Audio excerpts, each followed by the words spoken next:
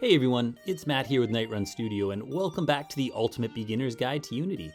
In this series, we're taking 10 videos that are 10 minutes or less each, and we're working together to make a simple platformer. In our last video, we got our player running and jumping and even got rid of friction so he doesn't stick to walls. However, it sure looks weird when he tries to jump backwards. So in this video, we're gonna get our player flipping from side to side. Now, there are at least 3 popular ways to flip a character in Unity. My personal preference, however, is to do so using the scale method. This is where we just change our value from a 1 to face right to a -1 when we're facing left, and it will flip all children of the player as well, which is great later on if you want to add things like projectiles or weapons. They're going to flip with the player when he flips. Alright, so to do this, let's head into our player controller. First of all, I like to keep things organized, so let's add a header above all those things we put last time for ground checking. We'll just call this grounding.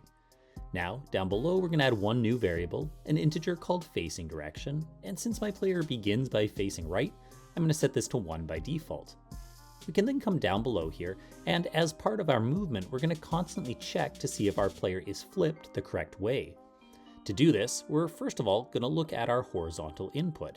And if our horizontal input is greater than, let's pick a really small amount like 0.1, meaning we're pressing to the right, but our facing direction is less than 0, meaning he thinks he's facing left, we've got a problem.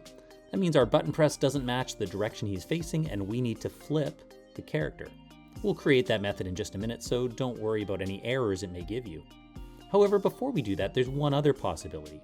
That is that our horizontal is less than a really small amount, like say -0.1, so we're pressing left, and our facing direction thinks that we should be facing right.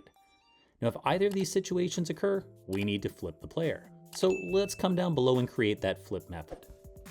So first of all, we'll just make a void flip method, and the first thing we need to do anytime we flip is make sure that we change our facing direction. So if we were right, we want to multiply it by -1 so that it's now facing left, or -1, and vice versa. Next, we'll want to actually flip our character. So we're going to do this by, first of all, storing his current scale.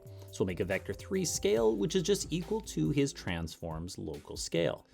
In Unity, just to show you what this looks like on our player, we're just looking in our transform component and storing the current X, Y, and Z values for scale. All right, so now what we want to do with that is we're going to take those stored values in scale and just change the X by multiplying it by -1. Now we can take that stored scale value and apply it to the player's transform again, but this time with the new X value so that it flips him. All right, let's try that out. Now, no special setup necessary. With that code, we should now just have things set up so anytime we press left or right, the player actually flips himself in that direction. Excellent. All right, in our next video, we're going to do a little bit of improvement on our jump so that we have a little more control over how high we jump by how long we hold the button. Hope to see you in that video. Till then, this is Matt with Nightrun Studio. Cheers.